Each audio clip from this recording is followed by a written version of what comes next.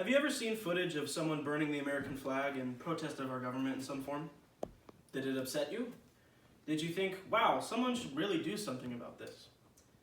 Well, I'm here to talk to you today about why it and other similar cases shouldn't be legally prosecuted. Now, before you start calling me a country-hating hippie, I want you to understand that I condone burning the flag, and I think it is a shameful showcase of freedom. I have a 6x4 American flag that was given to me by my great-grandfather, that was given to him for his service in World War II, and it's hanging above my bed. Now, I believe in America, and for that reason, no display of protest should be legally prosecuted, unless it's a direct threat or violent in some way. Today I'm going to tell you about the cause of this argument, as well as the Supreme Court case that voted on this issue, as well as some other examples, such as kneeling during the national anthem, insulting public protests. We will also discuss the reasoning behind the other side of this debate, and I will explain why they are wrong. Now, when the original debate about flag burning came up in the 80s, there was an actual Supreme Court hearing to prevent prosecution of flag burning. This was Texas v. Johnson in 1989. Before we talk about the case, I want to take a second to explain what the First Amendment does and which rights it protects. Information Station said that in an article that the First Amendment protects 5 basic freedoms. They are the freedom of speech, freedom of press, freedom of petition, freedom of assembly, and freedom of religion. These are arguably the most important freedoms guaranteed to Americans. So this, in turn, makes the First Amendment one of the most important amendments there is.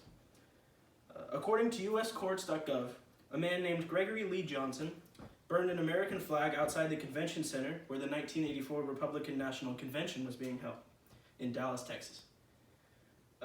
Johnson burned the flag to protest the policies of President Ronald Reagan. He was arrested and found guilty, but he won the appeal.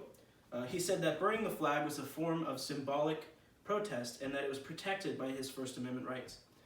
The Supreme Court agreed and voted that burning or defacing the American flag is protected by the First Amendment. Now, I agree with the Supreme Court's hearing. I think that burning an American flag is not a violent act. It is not an insulting act. It is not a threatening act. I think it is a symbolic act. It's a very disrespectful act, but I don't think it should be legally prosecuted in any way. Now that we know the logistics about our First Amendment rights, let us talk about some other examples.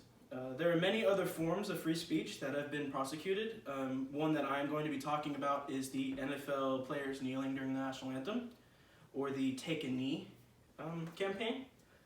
According to Independent News, Colin Kaepernick first started the Take a Knee campaign in 2016 to protest police brutality, and he said, "I am not going to stand and show pride to a flag for a country that oppresses black people and people of color." Now, while I disagree with him kneeling during the anthem, and I think it is a juvenile way of showing his opinion, I do believe that no one should be legally able to prosecute them. They were enacting their First Amendment rights. They were not hurting anyone, they were not threatening anyone, and they were not harming anyone.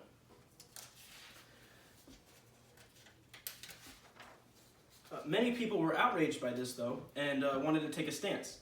For example, Patty Armstrong of National Catholic Register stated that it corrupts the usually fun and patriotic atmosphere before a football game, which I think was their whole point. And this just sounds like the argument of someone who is simply offended, and there's no actual basis there. Saying that it disrupts the patriotic atmosphere is what they're trying to do, and you can't just say it is upsetting your experience. That does not give you the right to tramp on other people's First Amendment. Now that we've discussed another example, let's return to the First Amendment as a whole. Many people disagree with me on this. Some people believe that there are plenty of examples that shouldn't be prosecuted by the First Amendment. One argument I've heard in response to my claim is that no act of protest... I've heard in response to my claim that no act of protest that has no sign of harming or threatening others should be legally prosecuted. What about Nazis? What about KKK? For example, Noah Berlatsky of NBC News said, "It's long past time we acknowledge that speech directing hatred and vitriol at marginalized people does not advance freedom or liberty. Rather than defending Nazis always and everywhere, no matter what, we need to take a more balanced approach." So while I obviously agree that the KKK and Nazis are evil, I also think that it isn't our right to intervene legally until a threat of violence or actual violence occurs, which in the case of Nazis and the Ku Klux Klan has happened throughout history. So I think it is fair to be wary of that, but I think it is not our legal obligation to intervene until something happens. That being said, I believe it is our moral duty to say something about it. Speak up against them. Do another protest in retaliation. But I think that the government legally prosecuting these people is the wrong way to prove our point.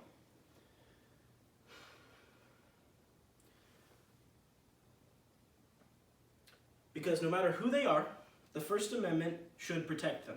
And that's what it means to be an American.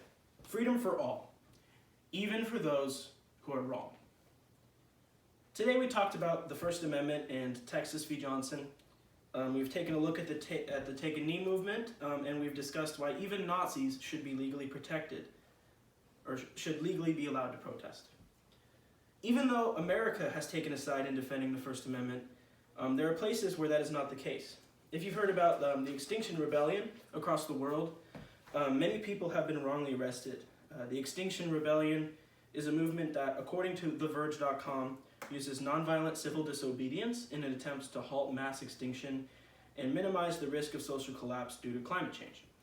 So they do things like block the road or put things in the way of this business, or certain things that are quote-unquote civil disobedience to shut down people doing things, which I think is a very fair form of protest. There's no one's being hurt, threatened, or harmed in a non-violent way. This just goes to show, yet in the fall of 2019, over 1,000 people were arrested in multiple different cities. This just goes to show that many places still don't understand the true power of the freedom of speech. So I call on you all to speak up next time you see a protest being wrongly persecuted, or if someone is not hurting anybody or not threatening anybody and yet still getting in trouble for their beliefs. I want you to do something about it. And be sure to remind people of Texas v. Johnson and what the First Amendment means. Thank you.